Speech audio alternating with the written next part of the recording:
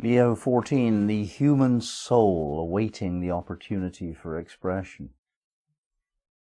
It's worth just contemplating that who we are is a soul incarnated in a body. It's that way around. The soul is the determinant of our very lives. And the ego is a functionary, a servant of the soul in a well-developed person. Now, of course, we are well aware of the fact that the ego takes over. It kind of hijacks the vehicle and sets our life course in a certain direction, which is away from unity towards greater self-expression. Nothing wrong with that as long as it's not an attachment. The ego's job is to express itself, is to determine a course of action which is unique. And the soul is not really interested in the wherewithal, the whys and the wherefores of life, what strategies and scenarios we attend to. That's the ego's business. The soul wants to be carried through a journey in life in order to experience something that the ego just doesn't get. And the soul doesn't really care very much about the location or the occupation or the relationships that we have as such, as long as they have a certain quality. The soul is a package of qualities, not events. Nothing you can measure about the soul. Now, because the ego has hijacked the soul entirely, we lose consciousness of that subtle aspect of being. The soul has a very subtle way of being, and the ego has a very gross way of being. And tendency is, of course, for gross to be so loud, so strong in its expression that it doesn't allow for the quiet, subtle voice of the soul. And I think this is why women tend to be more in tune with the soul than men on that level of feeling. Because the woman's training really is to be very sensitive indeed to undercurrents and subtle messages. First, in order that they're not seduced by the wrong man or taken. And second, in order that the subtle signals coming from the child, the baby, are interpreted early enough to prevent distress in the baby. So there are two very strong trainings there given to women that men don't have. We've got other things that we've trained in that women take a little bit longer to learn. But right now we're talking about being aware of the subtle messages of the soul. Now, the soul has no strategy. So as soon as you start planning something, you know you're not in soul consciousness. The soul has no fear. As soon as you're afraid, you know you're not in soul consciousness. The ego has a right to be afraid about imminent danger. That's its purpose, is to protect the self, protect the body, and to be afraid of something which is imminently dangerous, a real and present danger. Yes, fear is legitimate, but having anxiety about the future, that is not a legitimate behavior for the ego. And yet we get caught up in that as a species. And this gives rise to a lot of the damage that our species has done to the planet, is because we're afraid of the future. Unnecessarily, really. That fear has been planted in our brains probably by an invasive species that hides as humanity. Anyway, how do we get access to soul consciousness? It's like opening the gate to the secret garden when you do that. The entrance to happiness, the entrance to spiritual joy is when we allow the ego its place, however, its place is subordinate to the soul. And the soul is the leader of our game.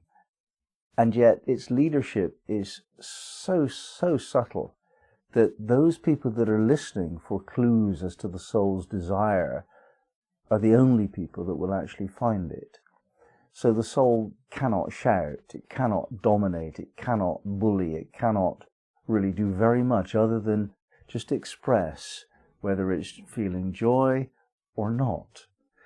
When you're in joy, there's a good chance, and I don't mean pleasure, I mean joy, then there's a good chance that you're in alignment with soul consciousness. Otherwise, you're not. When you're not in joy, you've lost touch with the soul. This has to be corrected if there is to be happiness. The soul guarantees happiness, and the ego only offers it possibly a little bit now and again. It gets very confused about the difference between happiness and pleasure. The ego. Pleasure isn't happiness. Pleasure isn't joy. Pleasure isn't long-lasting, and pleasure is almost never worth the cost of it. This isn't the same as soul consciousness. We live in a trial and error world. We have a go at things and notice what went wrong and then try differently, if we have any wisdom in us at all. And that's a bit rare. The purpose of the error is feedback for us to change our way of being. And the thing about the mistakes that we made is that they're risk-free on any serious spiritual level. What is at risk, really, when we make this decision or that adventure? What are we risking? And really all we're risking is the discomfort of having to take into account excuse me, that our strategies are wrong and review them and try something else. That's the only discomfort that arises if a risk creates a problem. And this is actually the purpose of life, is to make mistakes and to learn from them, to adjust our strategies on the level of ego now, according to the mistakes we've made. And the basic mistake we've made is universal. There isn't any other mistake that we can make.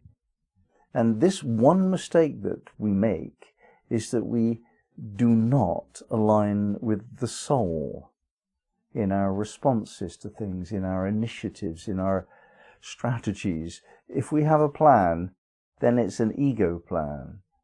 Now, if that plan in some way brings us towards deepening our qualities of being, then it's aligned with the soul's need. That's what really leads us forward to happiness. As against what people actually do. Well, what do people actually do?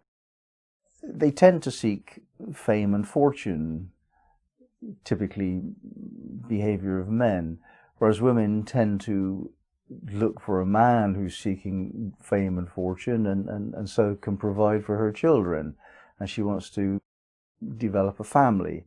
I know that's an oversimplification, and if you want to be a man to develop a family or a woman to develop a career, I really hope that that opportunity is available to you. But the facts of the matter are that each gender has its ambition, different ambitions generally speaking, but each of us, one way or another, knows what we're trying to do with our lives. And very, very rarely indeed does anybody say, actually, I don't care, as long as there is joy, there is spiritual expression, there is alignment, knowledge of God, harmony, music, beauty. That's all I want. I don't care how it comes. However, that's what the soul is saying, really, but simply, I suppose, but that's pretty much what the soul wants. So if that's your agenda, if your agenda is just to find harmony, love and beauty, then you're probably in alignment with the soul. If your agenda is measured by positions of importance and numbers on a bank statement and the opinions that local people have of you and so on, then you're not likely to be in alignment with the soul. And why is this important? As I mentioned, I don't think the ego has any access to happiness, whereas the soul, its beingness is joy.